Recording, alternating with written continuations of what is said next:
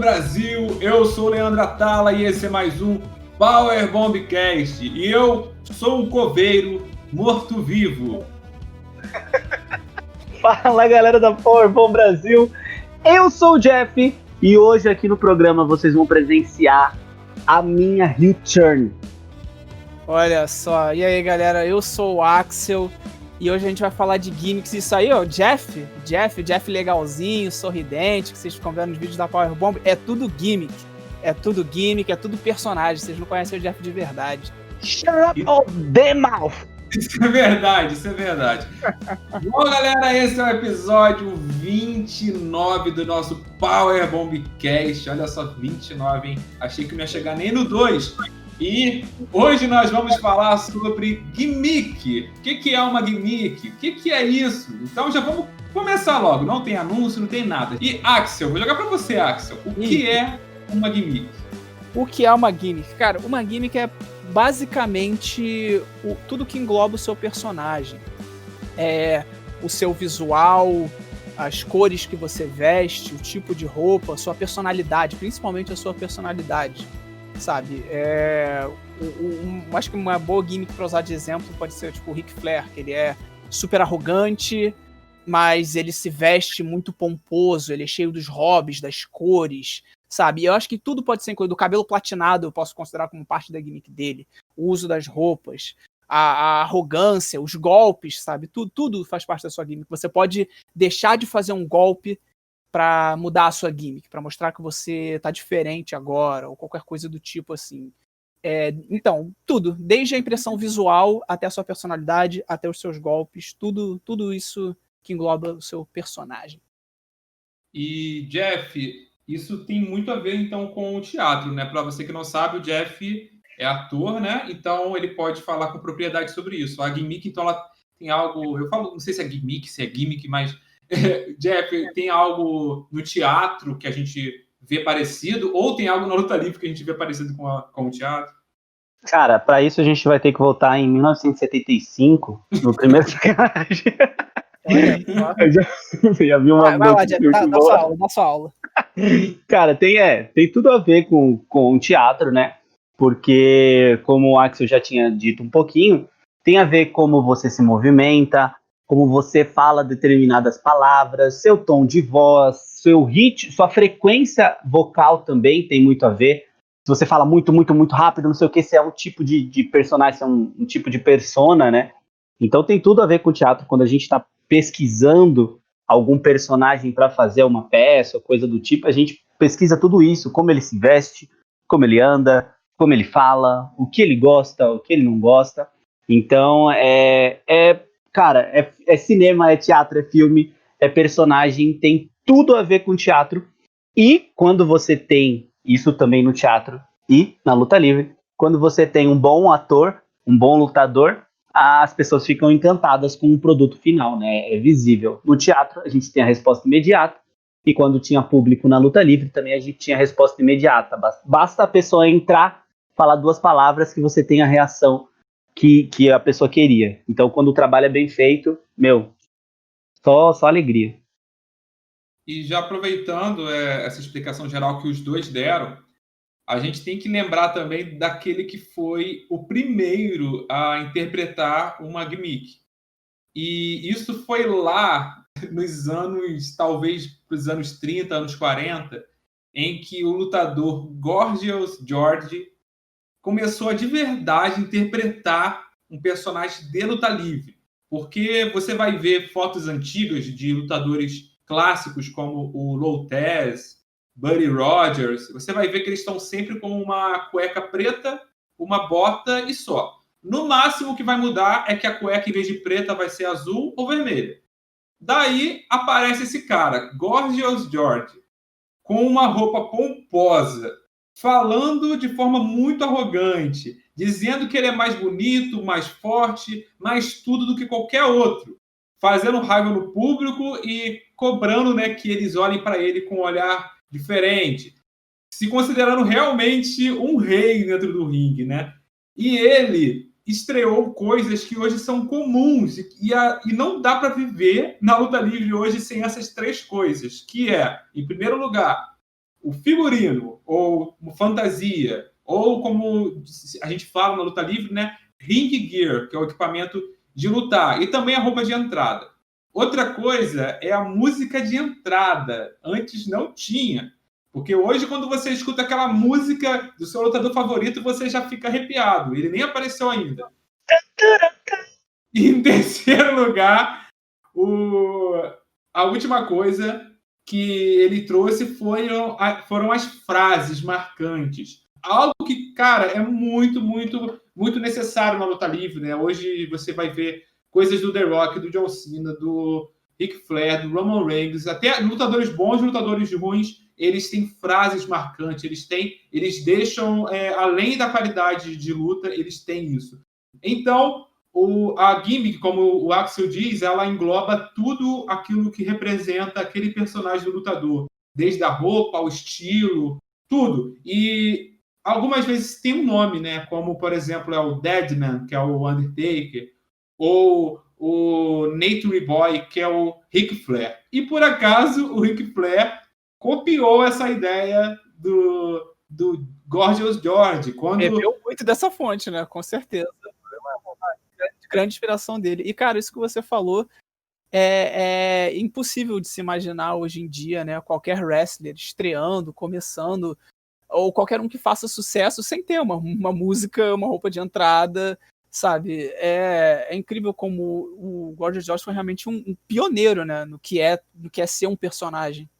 E ele teve uma coisa que, como posso dizer, que iniciou tudo, né? Que foi essa forma de interagir com outros lutadores, né? De diminuindo eles. E não só indo para a mão, né? Tipo assim, eu sou melhor que você, eu vou te mostrar aqui com meu treinamento físico. Não, ele primeiro ia humilhar o cara, ele ia fazer a plateia ficar com raiva dele. Então, essa questão de dividir o público e o cara nem ser tão bom tecnicamente, mas ele conseguir fazer o público ter a raiva dele, né? Você vê uma luta do The Miz, ele não precisa fazer muita coisa. Ele fala 2 palavras e pronto, ele incendeia o público inteiro. Exato. Então, ele criou isso, né? Usa a covardia a favor dele, sabe? Você vê alguém chegando pra perto do Miz, querer bater nele, ele vai e se esconde no meio da corda pro cara se afastar, e faz isso umas 2 vezes seguidas. O público quer que comece a luta, ele fica arrastando ele, não quero lutar, sabe? É incrível. Muito louco, cara. Nossa. Só fiquei animado de falar do Miz. Só isso. E o Gorgeous George, ele também trouxe esse lado, eu não estou lembrando a palavra certa, mas ele era muito vaidoso. Ele era extremamente vaidoso, as mechas Metrosexual. É tipo um metrosexual, quando ainda não existe a palavra. Ele botava os bob no cabelo, né, para ficar aqueles cachinhos loiros. Ele tinha fotos das mulheres mexendo no cabelo dele. E ele deixou, mano, um legado para luta livre em geral. E não só para luta livre em geral, mas para o esporte. Considerando que Muhammad Ali, quando tinha 19 anos, conheceu o Gorgeous George numa rádio. Ele foi lá, que era grande fã dele. E o Muhammad Ali diz que a forma dele falar, né, de se promover, se autopromover, foi totalmente inspirada no Gorgeous George. E o Muhammad Ali, ele é mundialmente conhecido, ele entrou na história por ser o cara que se promove. A gente vê até hoje filmes citando as frases do Muhammad Ali, né? Vou voar como uma borboleta, né?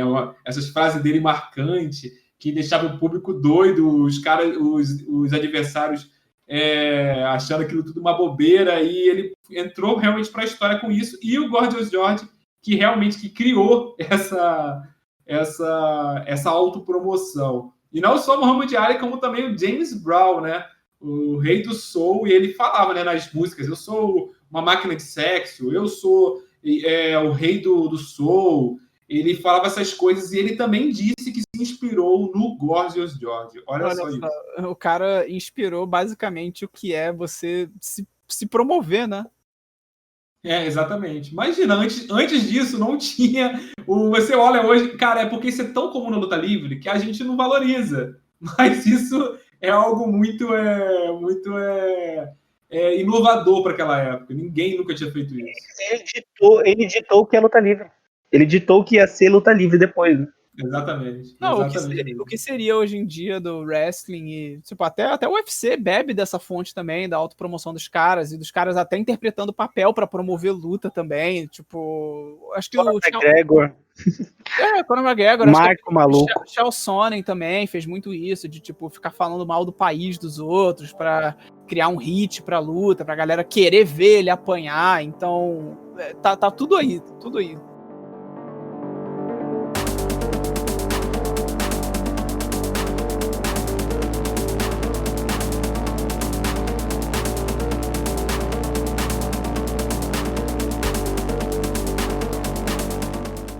Então vamos aqui falar um pouco de algumas mudanças de gimmick, mudanças de personagens, de atitude que deram certo.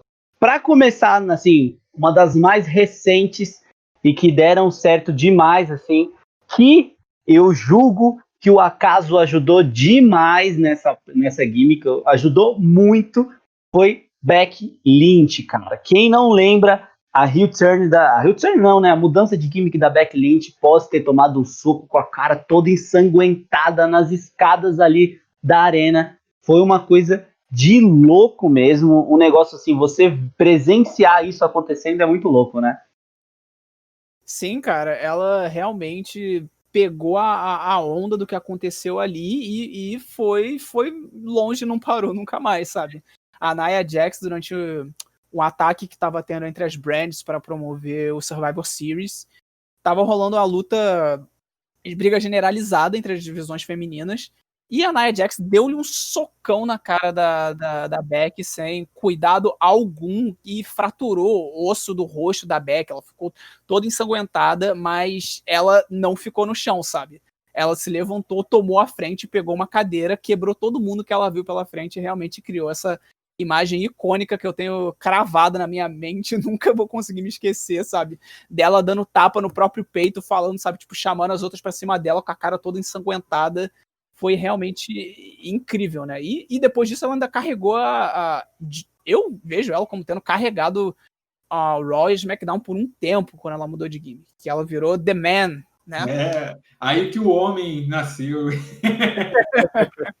E ela começou a ter essa postura mais agressiva, né, mais de atitude. E engraçado que a WWE queria muito fazer ela uma lutadora heel, mas quanto mais eles insistiam em tornar ela heel, ela batendo na Charlotte, batendo na Ronda, mais o público gostava. Eu lembro do momento que ela fez como se fosse um heel turn na Charlotte, começou a dar cadeirada nela e o público começou a falar obrigado por isso, Becky.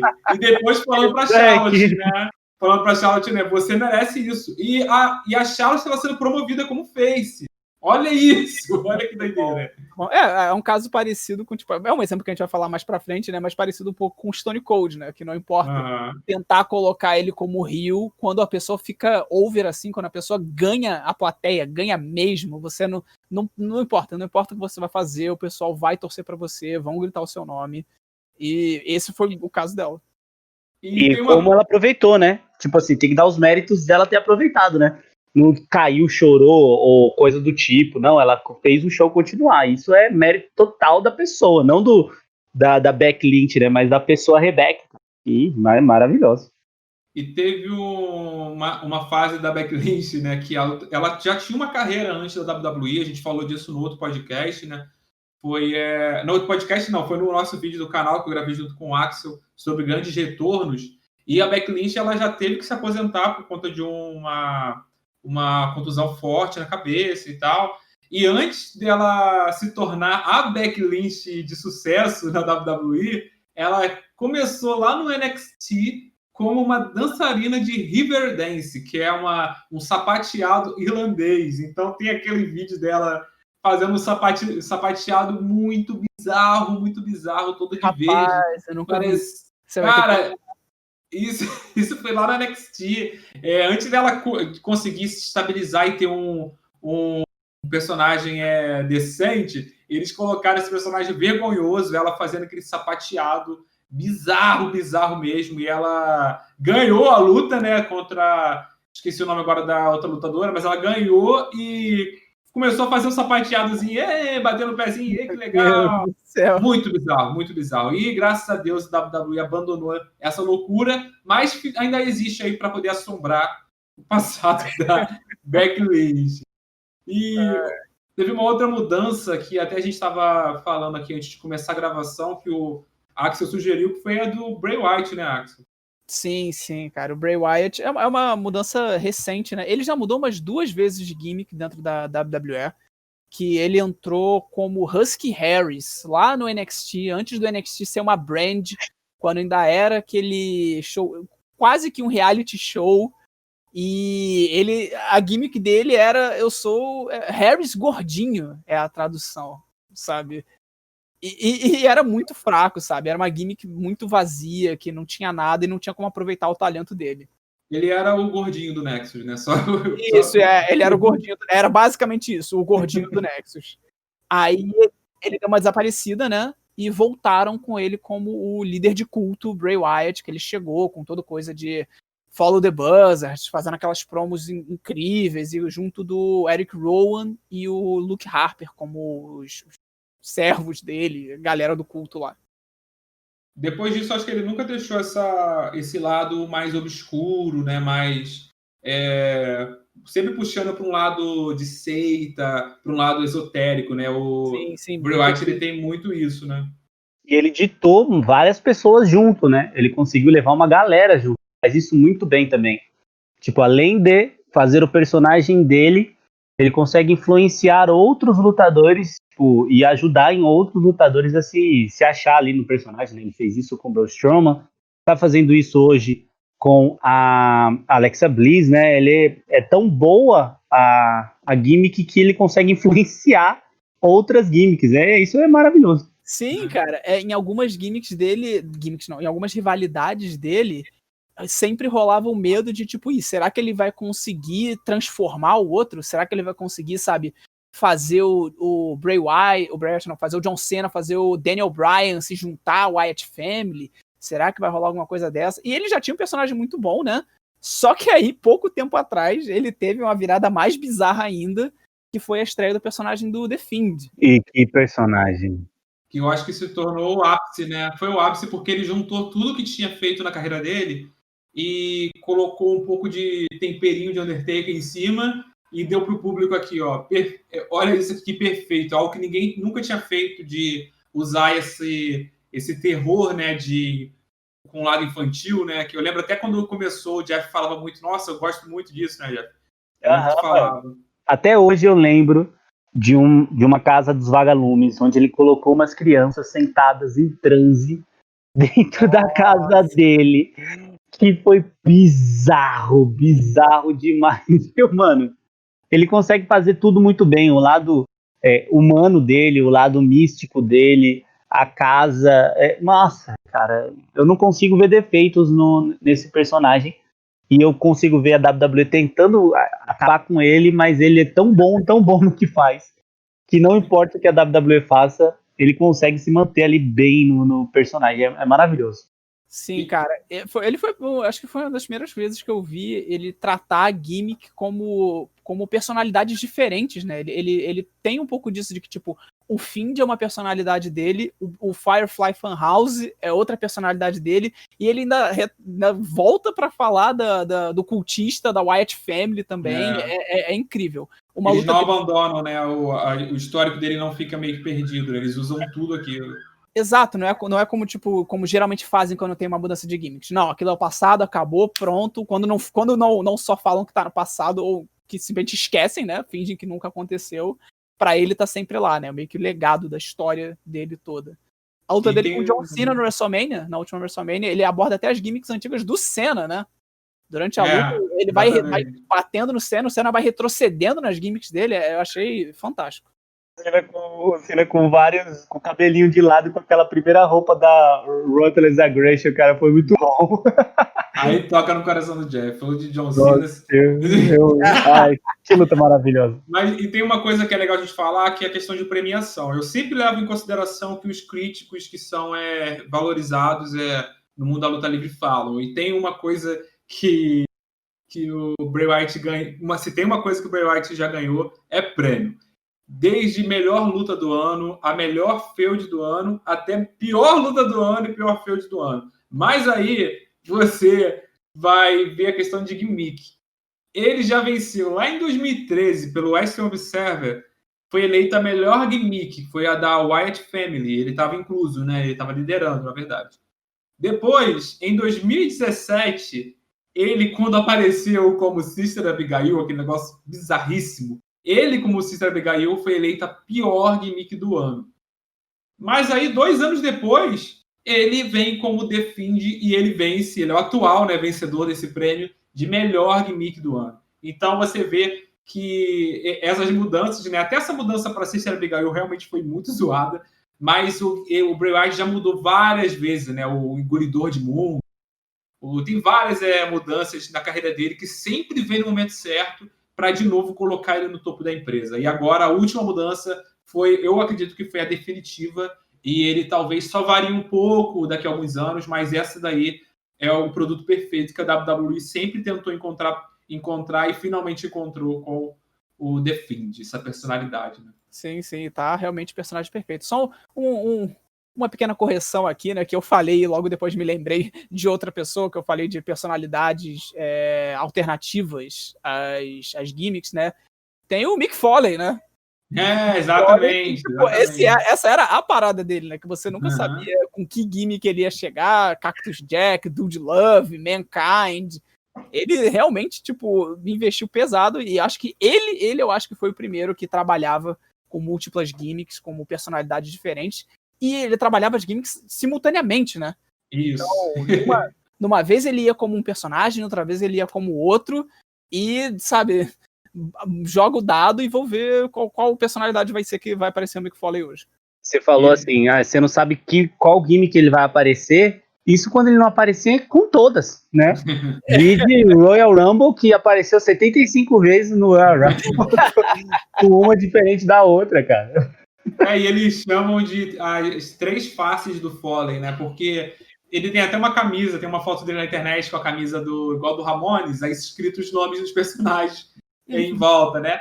E aí você vai ter o Cactus Jack, que é um cara mais hardcore, e ele faz com a mão o símbolo de arma, né? Como se estivesse atirando. A gente tem também o Dude Love, que é um cara mais hippie, que faz aquela dancinha com a perna que eu acho muito bizarra. Muito Isso. Bom. E tem também o Mankind, que foi o sucesso total, que é um personagem mais louco, né?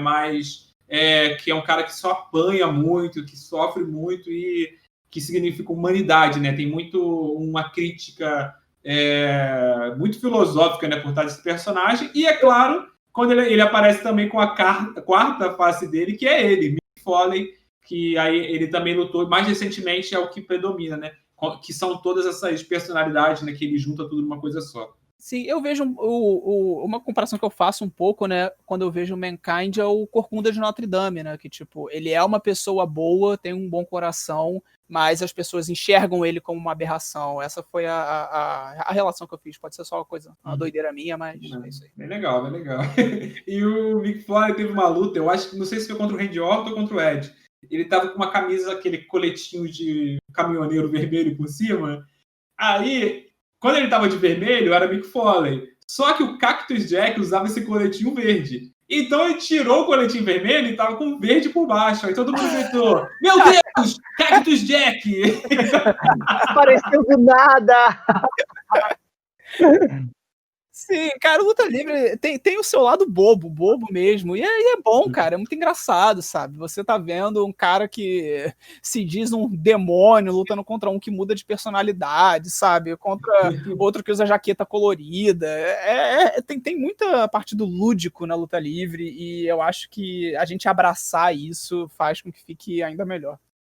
E não tem como falar do lado lúdico da luta livre sem falar do Dustin Rhodes, conhecido também como Goldust. Ele que começou, né, seguindo os passos do pai, né, do Dusty Rhodes, e ele não usava maquiagem, não usava nada, era um lutador bem cru, né, se você olhando para ele, mas ele já teve milhares e milhares e milhares de mudanças de personagem, e ele já está aí, se eu não me engano, há 4 décadas seguidas lutando e ainda entregando, não sei como ele consegue sangrar tanto ainda na AEW, mas ele já se reinventou mais. Ele tem muito sangue para dar ainda.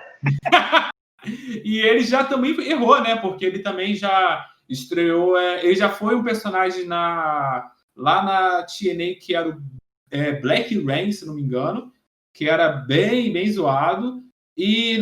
Mas na WWE, né, ele começou o personagem que fez o maior sucesso, assim, que explodiu, que foi o Goldust, que era um personagem, não sei se ele era só um metrosexual ou se ele chegava a ser andrógeno, mas ele usava uma peruca loura, ele todo maquiado, ele mandava beijo, ele chegava perto das mulheres que estavam entrevistando e mordia assim, no ar, dando susto nelas. E a roupa dele também, né? Tipo, a roupa completamente apertada, dos pés até a ponta do pescoço, sabe? Completamente vestido com aquela roupa toda brilhosa, dourada e preta. Realmente de te deixar sem palavras. E o rosto dele, todo pintado de preto e dourado também, a peruca loira.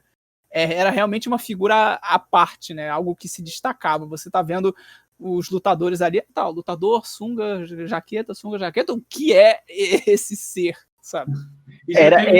Eu nunca entendi muito bem, só pra falar dele, eu nunca entendi muito bem o que rolava ali. Era esquisito, ao mesmo tempo era um negócio meio sexy, meio sensual, né?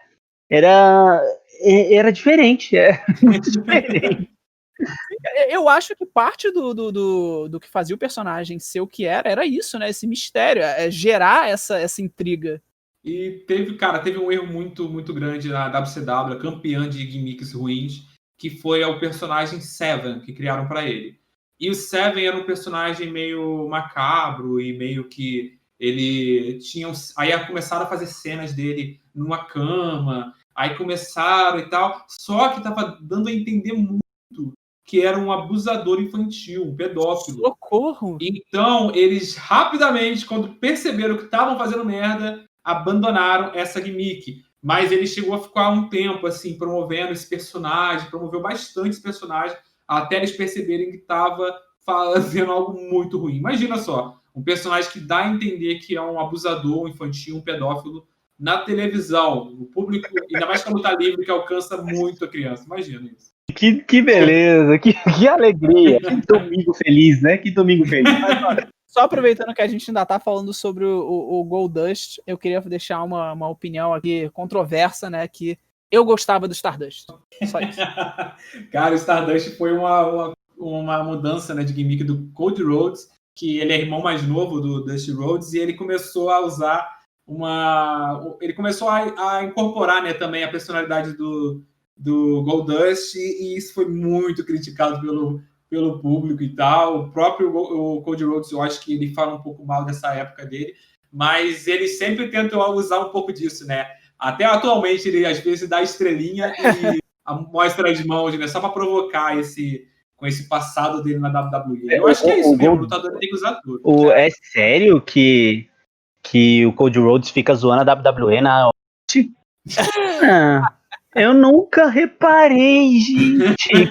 Que é isso? Que loucura. Olha, teve uma outra mudança que foi muito doida. Teve a mudança do Undertaker, mas essa a gente deixa lá pro final, que é uma mudança mais marcante. Mas teve uma mudança também que foi a do Kane. Antes do Kane ser realmente o Kane, né, o irmão do Undertaker, que foi queimado e sobreviveu, e já falou com voz robótica, e já pegou fogo. Antes disso, ele era o dentista. Imagina o personagem do Kane como um dentista macabro. E também ele já foi o Diesel. Então, o Diesel era um personagem que o Kevin Nash fazia em parceria com o Shawn Michaels, que foi muito popular. Quando ele saiu da WWE, qual a ideia que a WWE teve? Pegou o Kane e colocou a roupa do Diesel, e ele começou a interpretar o Diesel como se ninguém fosse perceber que é uma outra pessoa. É diferente, né? É igual mesmo você pegar o Randy Orton, tira ele, pega o outro cara, faz a tatuagem do braço igual sei lá, o Dolph Ziggler e fala ali, ó, não, esse aí é o Randy Orton, gente, é o Randy Orton. Jeff, pinta uma mecha de azul no cabelo. Eu vou fazer, te entrega a calça com X e pronto, é o novo Axel. Ninguém nunca vai perceber. Cara, é bizarro. Mas assim, isso daí entra naquilo que a gente abriu aqui o podcast, né? É a questão do, tipo, são atores também, né? O ideal seria ninguém perceber, ia ser muito legal. Já pensou? O cara tá lá fazendo e ninguém percebe que é um outro lutador, um outro ator? Eu acho que é muito louco, né?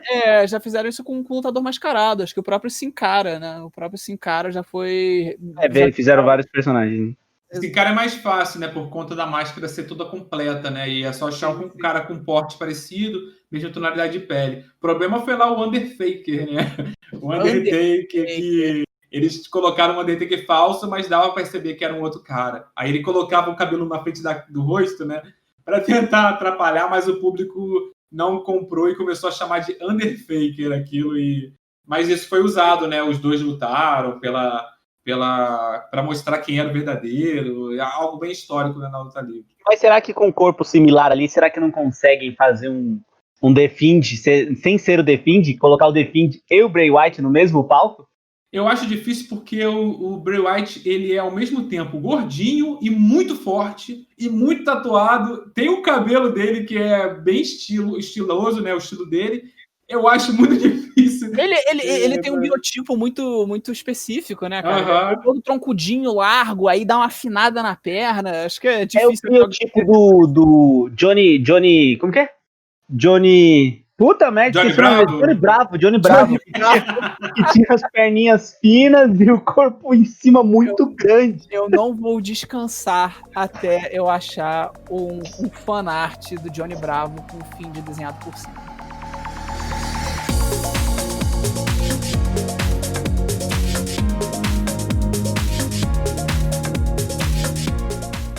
Muito bem, mas para toda gimmick boa, para toda gimmick ótima, tem a sua contrapartida, tem gimmicks ruins, gimmicks péssimas, gimmicks fracas, né?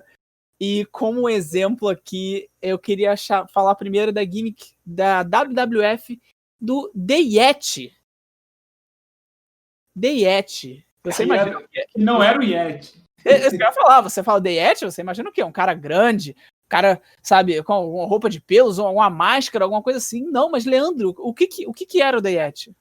Era uma múmia bizarra. Parecia que enrolaram papel higiênico num cara. O grande The Yeti, que era uma múmia. E é isso. Esse é o personagem.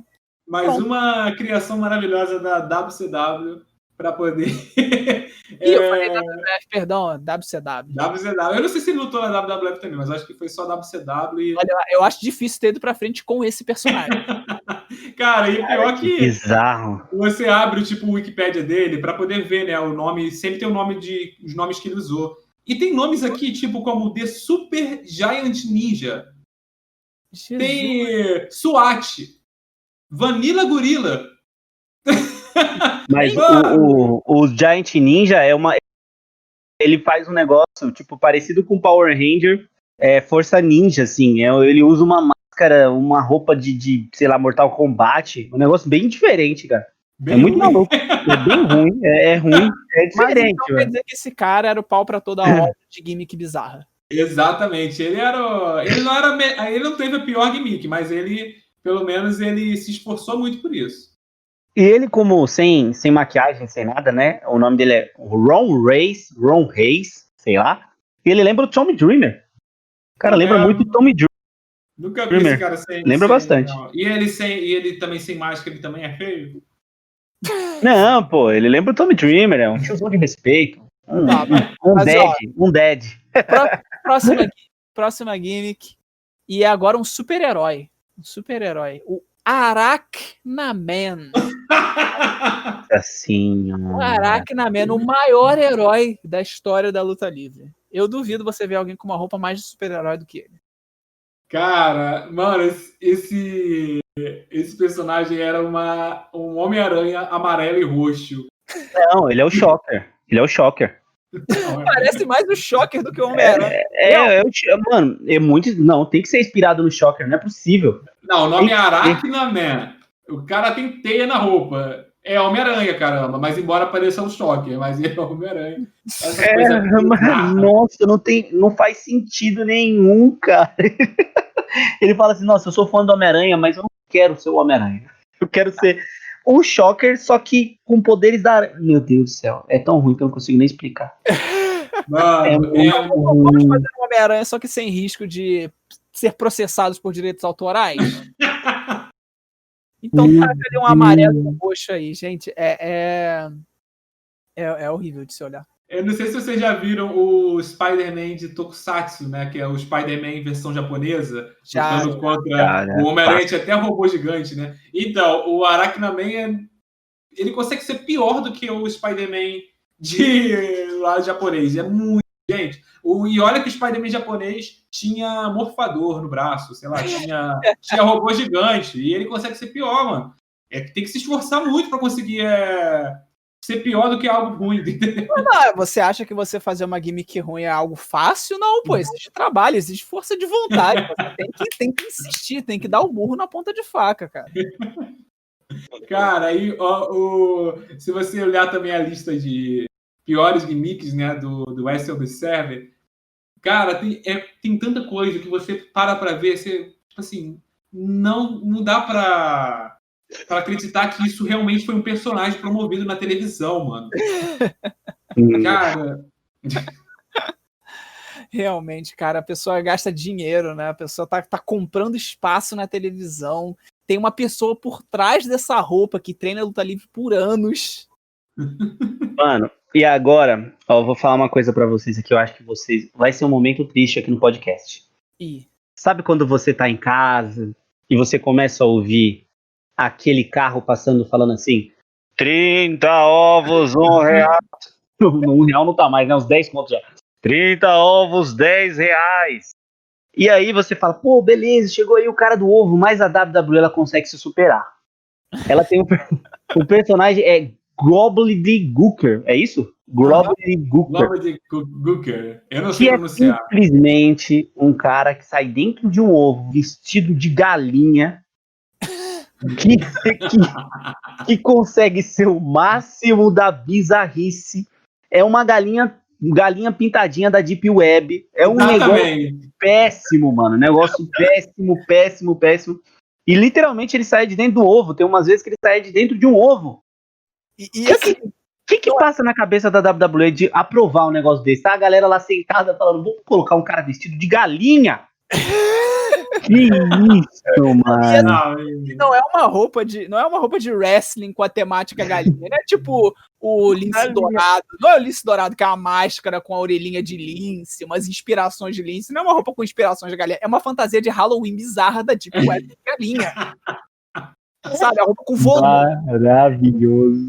Tem uma história muito doida que o Undertaker contou mais recentemente, né, no podcast do Stone Cold, que ele estava em casa, esperando, né, assim, cuidando da aparência, deixando o cabelo crescer, cuidando do físico, e ele estava esperando qual seria o próximo passo que ele daria na WWF, né? Ele não sabia ainda o que tinham preparado para ele, e ele estava se cuidando. Até que um dia ele viu na televisão o ovo. E aquele ovo gigante. Só que isso ficou vários programas sem revelar o que era aquele ovo. E ele começou a pensar, cara, eu vou ser o cara que sai do ovo. Aí ele disse, quando ele parou pra pensar nisso, ele teve dor de barriga, ele ficou mal, ele pensou, não acredito, cara, eles vão me colocar pra ser o cara do ovo. E ele ficou realmente muito mal, antecipando, achando que ele seria aquele cara. E ele ficou, tipo, o Undertaker saiu da WCW com promessa de ser um cara grande na WWE. Agora imagine ele chegar na WWE e ser essa galinha bizarra. Então, eu entendo a preocupação do Undertaker. Nossa senhora, você meses se preparando, malhando, tempos parando, se preparando, cuidando do filho, pensando, caraca, meu próximo personagem tem que emplacar, né? Eu tô chegando na WWF. É chance grande, né? É um burro grande. E tem outro personagem tipo assim, que não faz sentido nenhum, é o do Oz, né? Que é o Mágico de Oz, que ele era um velho, realmente de uma máscara assim, de borracha horrível, cabelo nada a ver e todo verde, e era o Kevin Nash, um dos personagens mais marcantes da história da luta livre, que já foi o Mágico de Oz. Ainda bem que isso durou pouco tempo, né? E o Nash depois conseguiu crescer sem esse personagem, até porque com esse personagem ele não iria crescer. Mas o mago é implacável. E ainda tem o Kevin White. Não, Kevin White, não acredito. Cara, quando eu sabia que essa gimmick tinha existido, só que eu apaguei da minha memória. Eu apaguei que essa gimmick tinha existido. Aí quando a gente tava revendo aqui os tópicos do podcast, você falou Kevin White, o Chavo Guerreiro branco. Eu fiquei, não, eles fizeram isso, gente. Fizeram o Chavo Guerreiro abandonar a etnia dele e fizeram ele fazer um personagem que era um homem branco americano que jogava golfe. Exatamente, cara, exatamente. Mano. É tão ruim que eu não consigo nem pensar. Assim, eles conseguem errar em tantos pontos. É tantos pontos ruins que chega a ser aqueles momentos de vergonha alheia que você consegue ver. E o pior é que essa roupinha, vocês têm que me falar, tá certo que é baseada no homem branco, mas é o Carlton. Então, assim, é o Chavo Guerreiro hispânico, né? Vestido de homem branco com a roupa do Carlton, que é um personagem preto, mano. É bizarro demais isso, gente. É muito bizarro. Cara, e é muito doido ele ter abandonado, assim, a etnia dele. É a mesma coisa que hoje o Andrade aparecer do nada, como se ele fosse branco e ignorando todo o contexto dele mexicano, dele falar em espanhol nas promos, dele ser um cara que traz aquilo, a cultura, porque o Chavo Guerreiro, ele não é um cara que começou a lutar, gostou da luta livre, começou a lutar e ficou famoso. Ele é filho do Chavo Guerreiro Sênior, que é filho de outros cara lá atrás, que eu acho que tem um outro... o pai do pai dele também era lutador, então é uma família. Se eu não me engano, tem o Gore, né? O Gore Guerreiro, que é um dos maiores lutadores da história também. Caras que tem um contexto muito grande na luta livre. Aí pega um cara e faz... Todo o legado, né, cara? Todo o legado dele. Essa palavra é legado. Ele teve que abandonar todo o legado para ser essa bosta aí. Mas uma coisa que você não pode negar é que ele foi guerreiro. Nossa senhora, Jeff. Nossa senhora. E ele abandonou essa gimmick, né? Mas para isso acontecer foi depois, né, que o Ed Guerreiro faleceu. O Ed Guerreiro, ele manteve aquele personagem, valorizando o legado. E depois que o Ed Guerreiro morreu, o Chavo Guerreiro passou, né, a lutar novamente como Chavo Guerreiro, trazendo muito daquilo que o Ed Guerreiro era, né? Ele sempre foi lado a lado com o Ed Guerreiro porque era tio dele. Então, teve que acontecer isso para eles abandonarem essa porcaria de... Isso que eu ia falar, a WWE nem abandonou essa gimmick porque perceberam que era ruim, que era insensível, ou seja lá o que for. Precisou morrer um dos maiores astros deles para eles pensarem, poxa, talvez não seja legal o legado dele. Tapar o buraco. Tá faltando uma estrela latina. Eles taparam o buraco, fazendo ele voltar a ser esse personagem. Muito bizarro. Triste demais. Qual é o próximo da nossa lista, Leandro? O próximo é o maior, o melhor até a pior gimmick da história. Cara, imagina comigo, vamos lá. Você pega um cara forte e coloca nele um capacete de Stormtrooper do Star Wars. Só que você pega esse capacete e bota ele roxo, sei lá, cheio de purpurina. Aí você coloca nele... O cara não era muito forte, né? Ele era mais gordo do que forte. Coloca nele um colete que parecia mais um saco preto de lixo, bem grande. Aí você anuncia a entrada dele com muita ênfase. O Sting, né? Eu vou introduzir agora o meu parceiro de dupla que vai lutar comigo, não sei o quê. E ele é o Shockmaster. Daí o Shockmaster quebra a parede, rasga a parede, na verdade, a parede de papel. Não, sai um foguinho minúsculo. Sai um foguinho minúsculo, ridículo, antes. E ele cai de bruços no chão e, para piorar, o capacete dele sai. Cara... Daí, ele pega o capacete, bota na cabeça e diz que nada aconteceu. Cara, Esse é considerado o maior bot da história. Não tem outro bot que seja mais importante que esse. Cara, não sei, é mais feio, sei lá, cara, do que acidente de trânsito. Não dá, cara, não dá. É uma coisa tão bizarra que você não quer ver, mas você não consegue parar de olhar ao mesmo tempo. Cara, quem deve ter tido essa ideia? Quem? Porque se você olhar na cena que aconteceu isso, a gente tem Psycho Sid, não sei se nessa época ele estava como Psycho Sid, mas Sting, British Bulldog, Booker T e Ric Flair discutindo e tal, até que do nada eles anunciam, nosso parceiro é esse cara. Então eles provavelmente tinham planos de tornar ele um grande lutador. Imagina você colocar hoje no ringue Roman Reigns, John Cena, Seth Rollins, Bray Wyatt, e agora vai entrar. Aí entra um cara que tropeça e o capacete dele sai. Né, cara, entra o cara com a máscara de Jason. Não, sabe quem seria hoje? Eu juro pra vocês vão concordar. Seria o Watts. O Watts, exatamente. Ele parece o Watts até.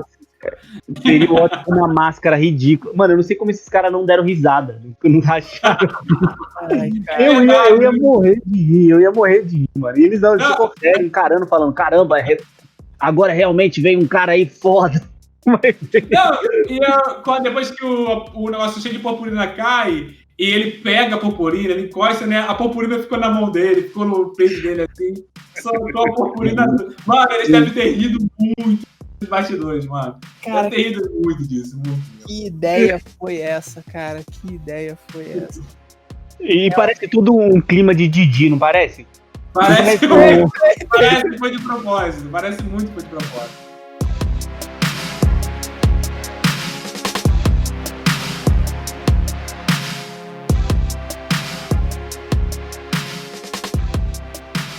E é claro, a gente falou de muitos maus exemplos, falamos de mudanças, mas a gente tem que falar daqueles que inovaram, daqueles que fizeram da maneira certa, que pegaram aquilo que Gorgeous George trouxe para a luta livre e que souberam usar isso de forma excelente.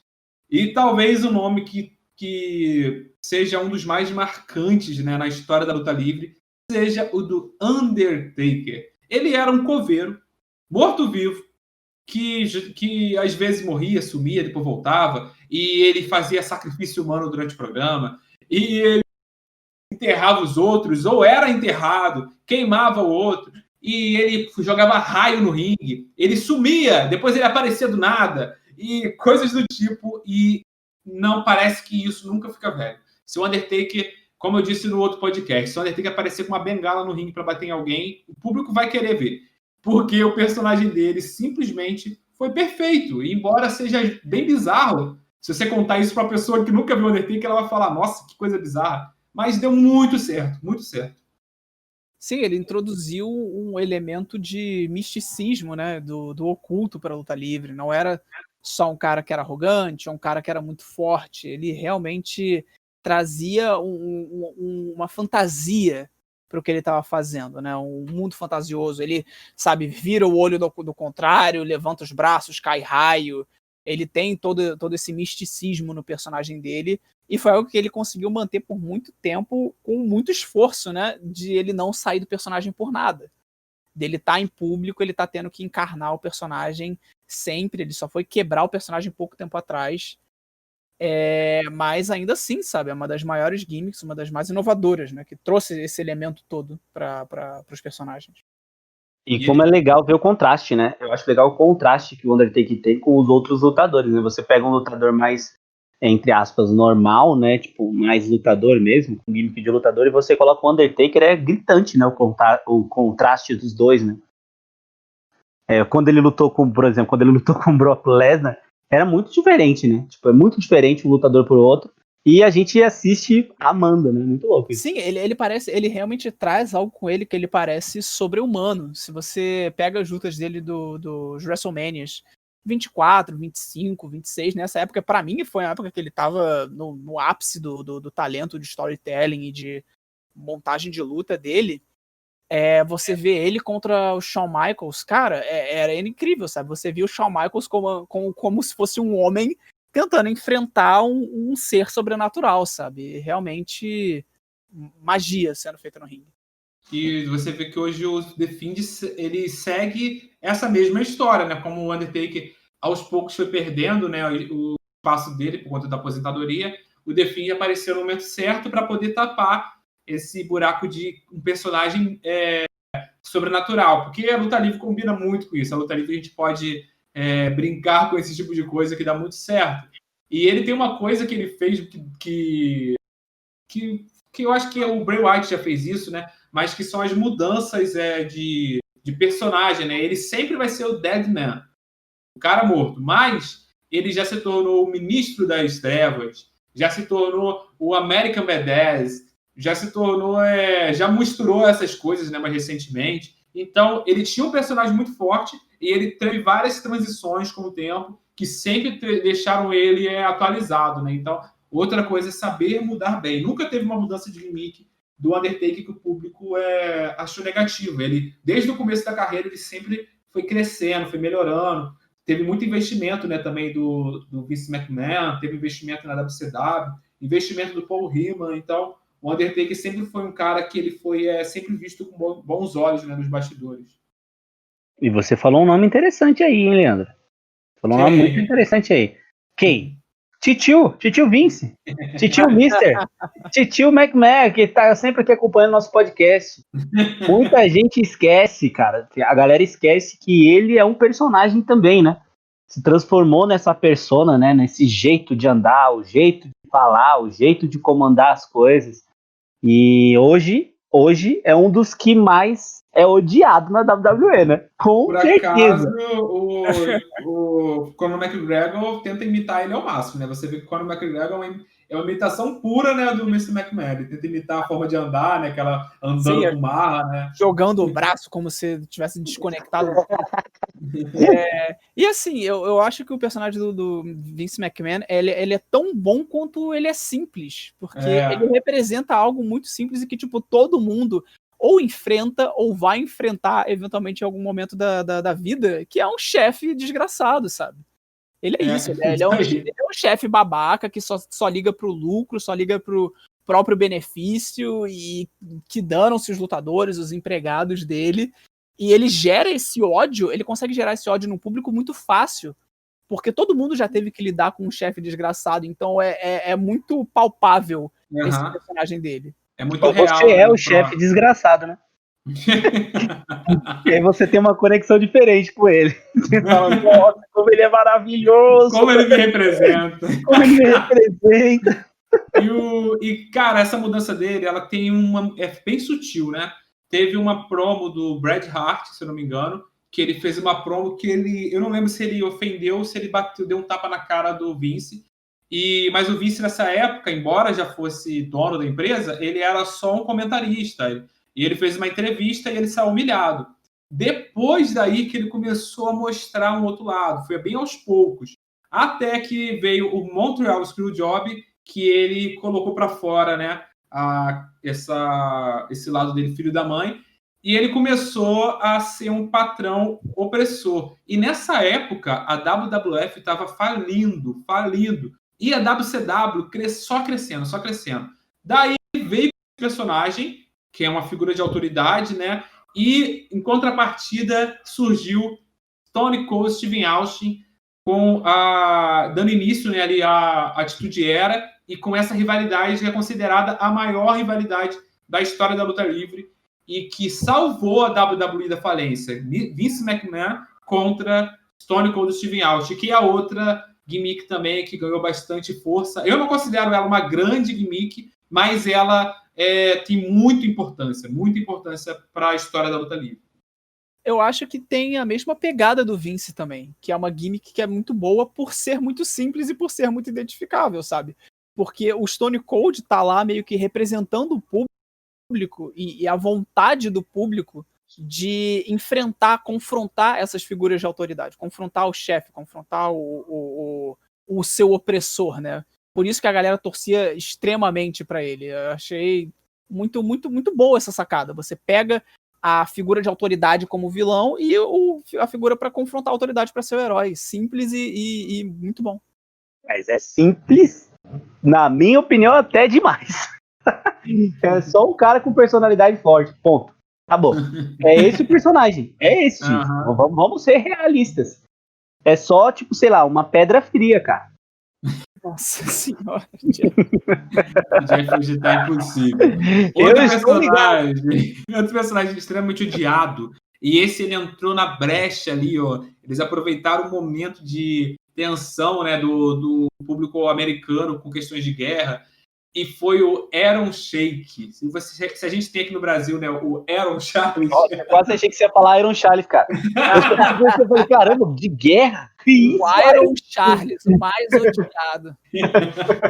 E o Aaron Sheik, né, que é um lutador que ele fazia um personagem iraniano se aproveitando da questões de guerra, né? Ele era extremamente odiado, e não só no meio da luta livre, como ele conseguiu sair, né, dos limites da luta livre e se tornou um ícone de personagem para ser odiado. Ele é considerado talvez o maior heel da história por conta dessa popularidade que ele conseguiu. A mesma coisa que no momento de, sei lá, é que é difícil fazer isso hoje por causa da censura, né? Mas se, por exemplo, a Coreia do Norte começar de novo a tretar com os Estados Unidos, aí do nada coloca um personagem que é norte-coreano falando coisas de destruição. Imagina só, de destruir famílias americanas.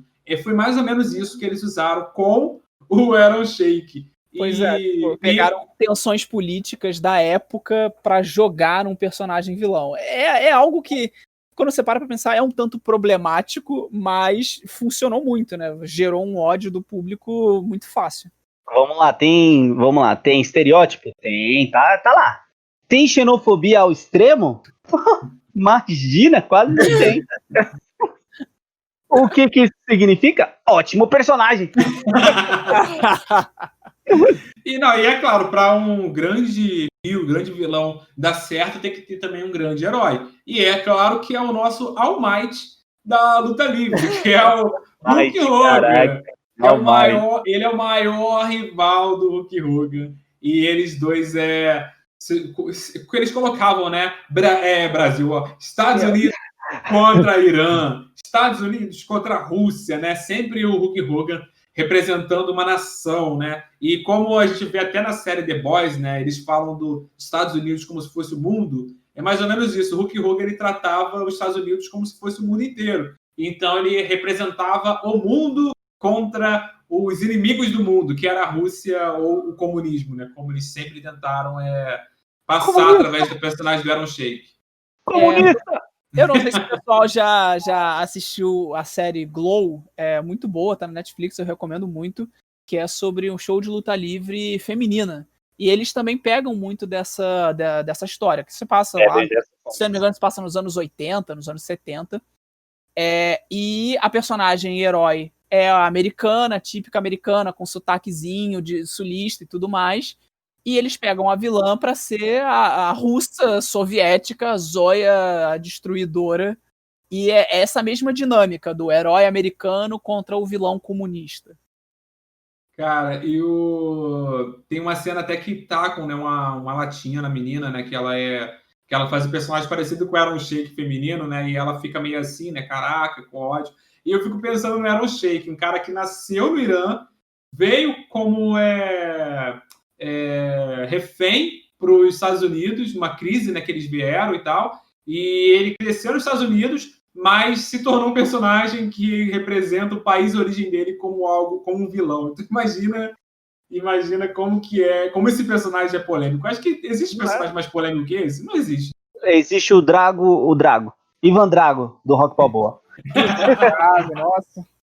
Mas aí é mais uma menção honrosa aí, gente. Rock Balboa e Ivan Drago são dos personagens. Até hoje tem gente, sabia, que acha que o Rock Balboa foi um lutador de verdade? Isso eu acho muito louco, né? É sério. Tem gente que acha que o Rock Balboa é lutador de verdade. Gente, mas a gente não pode deixar de mencionar aqui o melhor e maior personagem, o mais inovador. Gran Khali. Não, calma. Com certeza, por ser tão bom, ele gera pesadelos até hoje. Todo mundo, quando tá em casa, todo mundo conhece esse personagem. E você tem medo de você encontrar ele debaixo da sua cama quando você vai dormir, que é o Boogeyman. Nossa! A maior de todas, o Boogeyman, o bicho papão. aquele cara com a pintura bizarra que come minhoca, anda com aquele cajado que faz fumaça. Não há gimmick melhor do que The Boogeyman. Caraca! E era muito bizarro, ele comendo minhoca, jogando minhoca em cima das pessoas. Mano, esse personagem ele é considerado um personagem ruim, né? Historicamente. Tô brincando, né, gente? Mas ele é. Não, mas ele foi inovador, não deixa de ser inovador. Eu acho que tem suas coisas boas mesmo. E pra mim, uma coisa mais surpreendente é que se você colocar uma imagem do Boogeyman de, sei lá, 10 anos, 15 anos, 20 anos atrás, e colocar o Boogeyman hoje, tá do mesmo jeito. Ele tá igual, cara. É um personagem extremamente místico que ele não fica velho. O cara tá igual. É o poder do voodoo dele lá, tá? É o poder do voodoo que deixa o cara igual, mano. Maravilhoso. Cara, e um personagem, acho que a gente pode fechar com esse personagem, porque ele representa muita coisa no quesito gimmick. É atual, mais atual e tal. Ele é um cara que tá em alta.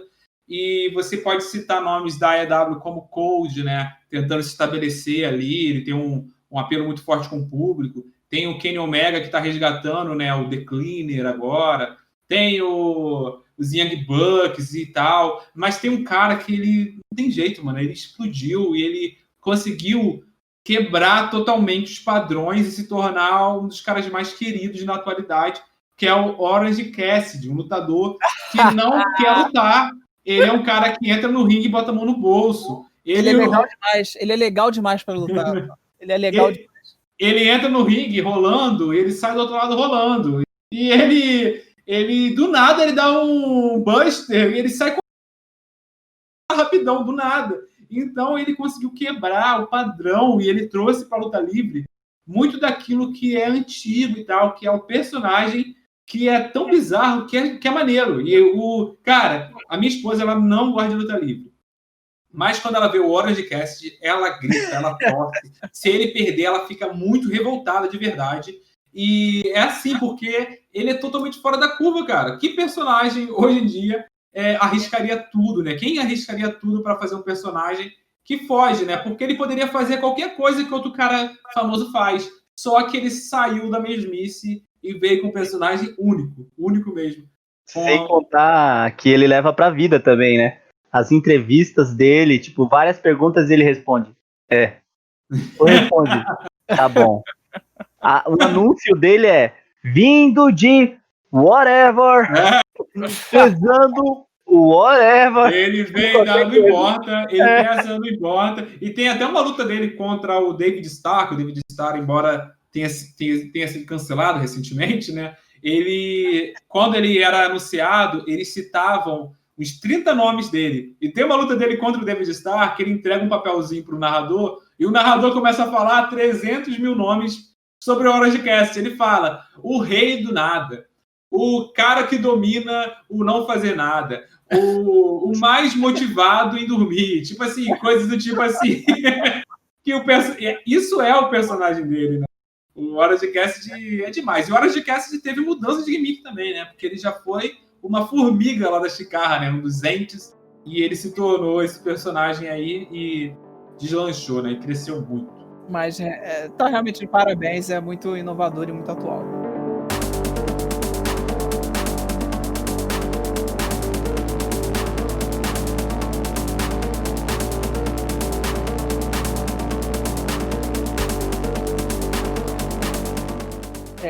Então, galera, esse daqui foi o podcast, foi um assunto muito bom, falar sobre os personagens é sempre incrível. Espera um pouquinho.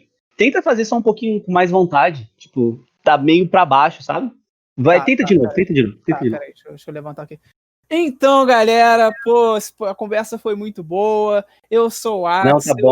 Não tá bom. É que sei lá, se já fez alguma coisa, algum curso, alguma coisa, você sabe falar, tá bem chato. Tenta de novo. Nossa, Jeff, que isso, cara? Não, cara, porque você chama o Axel, é o segundo podcast dele com a gente, um cara totalmente péssimo pra falar, mano. Então, assim, a partir de semana que vem... Não é assim, mano. O Jeff tá mudado, cara, tá mudado. Eu não tô bugado, eu quero o seguinte, a partir de semana que vem, você me traga ou uma pessoa melhor do que o Axel, ou eu vou começar a fazer podcast sozinho. Ô, Jeff, não adianta você tentar ser odiado. A gente não consegue deixar de gostar de você, Jeff.